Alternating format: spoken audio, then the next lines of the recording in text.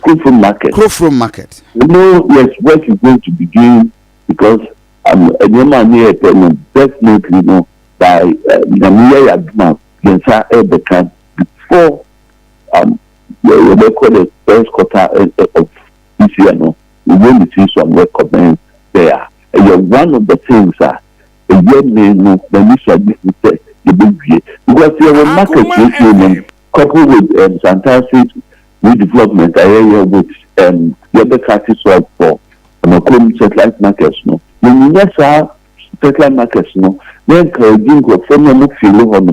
I'm telling you, the situation within the business district now would be a person of truck massive fee and a tongue and your man could be a so that under your papa until they completely central market no plans for traditional market for the first while and that's solve about 90% of the situation for us. It's also your one thing on Krofrom before so is it to say sir for now we can conclude the discussion on Krofrom Market and I say it is about funding.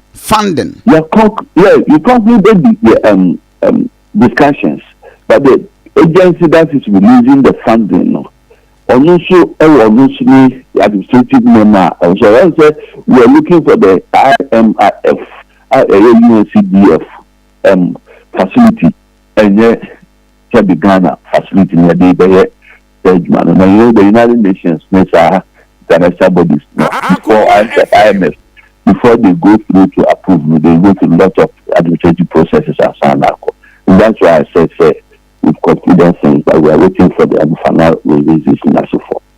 Then again, my uncle so in Krofrom. So the Fidelity Bank deal there is off for now, off the table. Fidelity Bank deal, Fidelity Bank and someone talking about it, I know it's a bit difficult. Okay. When we buy, the release of funding for a seat.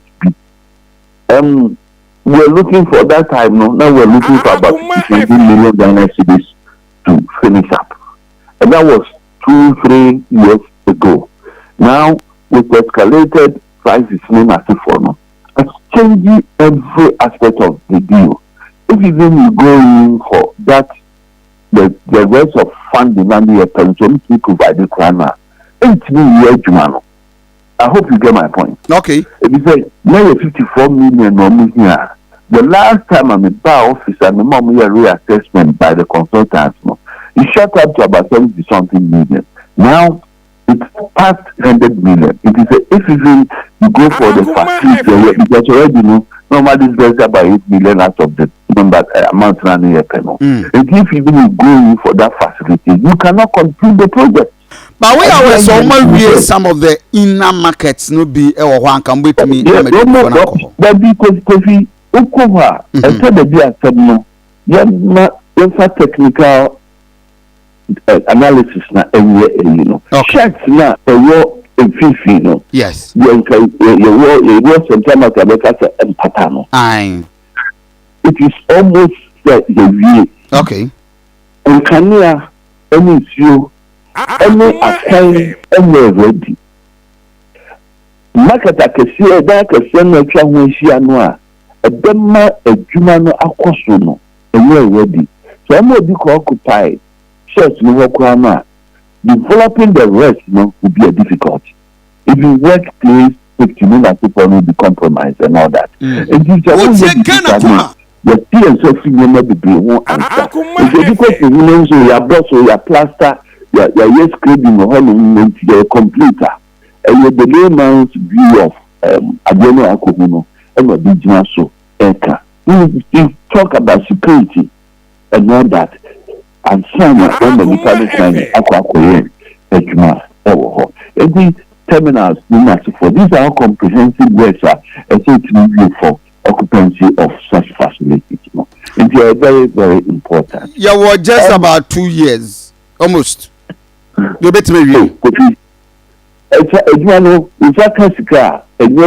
takes more than 5 months.